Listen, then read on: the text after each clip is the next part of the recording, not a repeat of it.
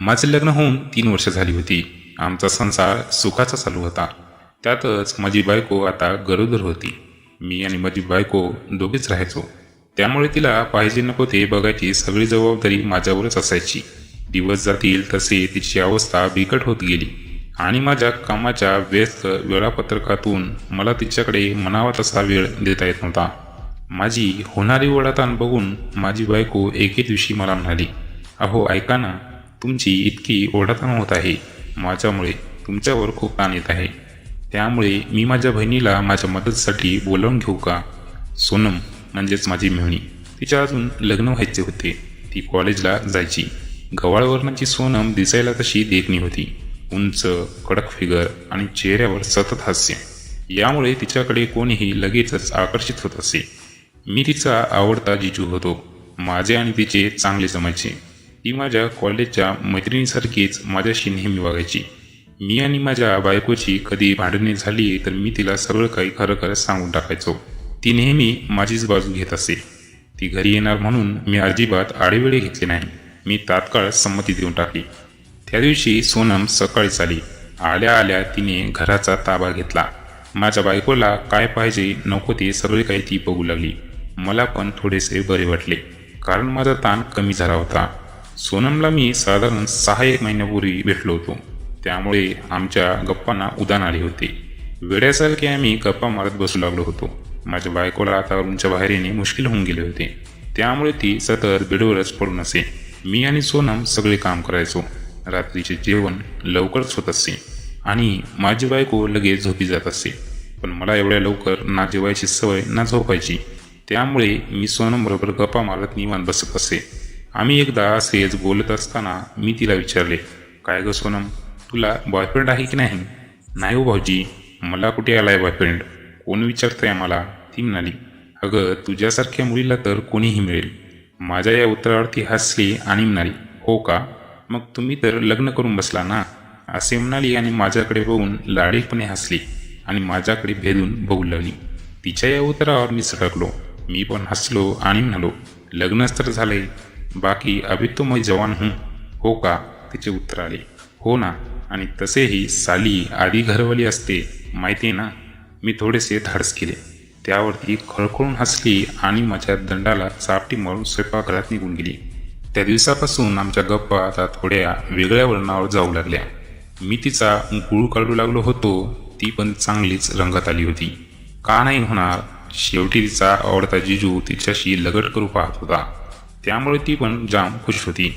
एके दिवशी रात्री जेवणानंतर ती उभ्यानेच भांडी धुत होती. मी पाणी पिण्यासाठी म्हणून फ्रीजजवळ गेलो तर तिने तिकडूनच माझ्या अंगावर हाताने पाणी फेकले.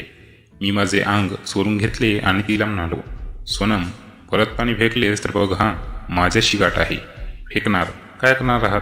असे म्हणून तिने पुन्हा माझ्या अंगावर पाणी मारले. मी पळतच तिच्याकडे गेलो आणि तिचा हात माझ्या हातात पकडून पिरगाळला. हात पिरगाळताच ती माझ्या जवळ आली. मी तिला मागून पकडले होते आणि तिची हनवटी धरून तिला म्हणालो, का गं, किती त्रास देतेस मला तू? माझा हात तिच्या हनवटीवर होता खरा, पण माझे कोपर त्यामुळे तिच्या छातीवर रुतून बसले होते. माझ्या हाताला तिच्या छातीचा उभार अगदी स्पष्टपणे जाणवत होता.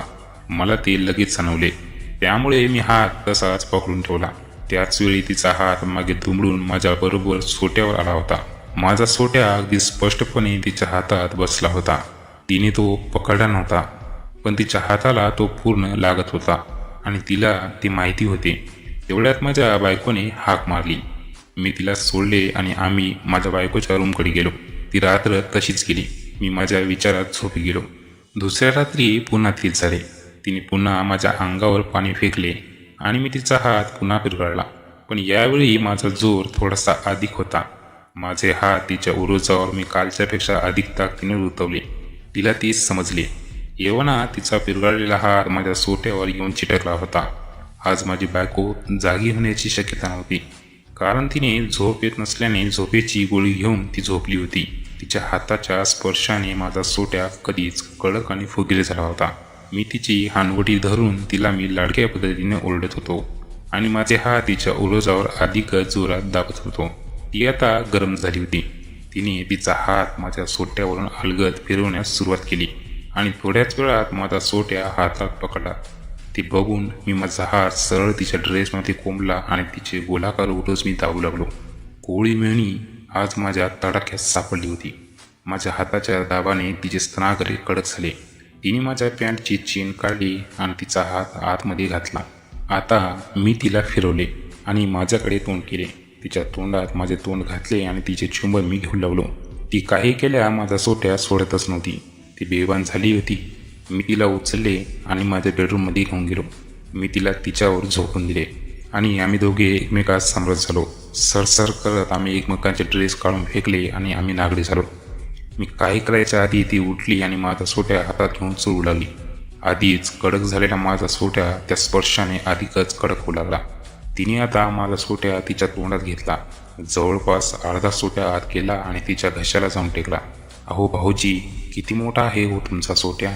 खरंच माझी बहीण नशिबानच आहे म्हणायची, असे माझ्याकडे बघून ती म्हणाली. मी मनातल्या मनात हसलो आणि म्हणालो, तुझी बहीण पण नशिबान आहे आणि तिची बहीण पण आता नशिबानच आहे.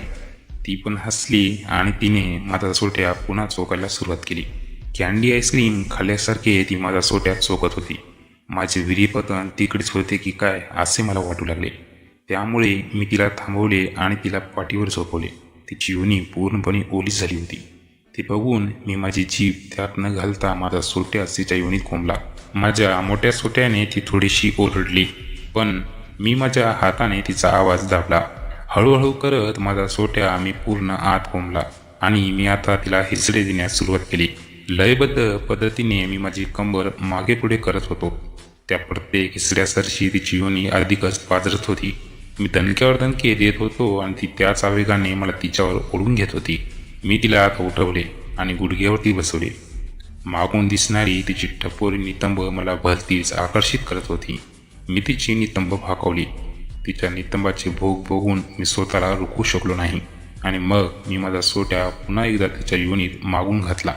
यावेळी माझा सोट्या तिच्या योनीत अगदी व्यवस्थित केला. मी तिची कंबर हाताने पकडली, पाय थोडेसे वाकवले आणि माझे काम मी चालू केले. काच काच काच काच करत मी तिला मागून हिसडी देऊ लागलो. तिची नितंब माझ्या सोट्यावर येऊन आदळत होती आणि माझा सोट्या अधिक जोराने मागे पुढे होत होता. शेवटी माझा तो क्षण आलाच. मी माझा सोट्या बाहेर काढला आणि हाताने मी हलवू लागलो. क्षणात माझ्या सोट्यातून वीर्य बाहेर आले आणि तिचे तोंड पूर्णपणे माखून गेले. मी तिला परत झोपवले आणि तिच्यावर तसाच पडून राहिलो. अशा प्रकारे मी आज माझ्या मिळवणीचा चांगलाच कार्यक्रम केला होता. दोघांनाही हे हवेहवेसे आणि अनपेक्षितच होते. आज तिचे लग्न होऊन 5 वर्ष झाली आहेत आणि तरीही मी तिला आजही न चुकता वारंवार घरी किंवा बाहेर नेऊन ठोकून काढ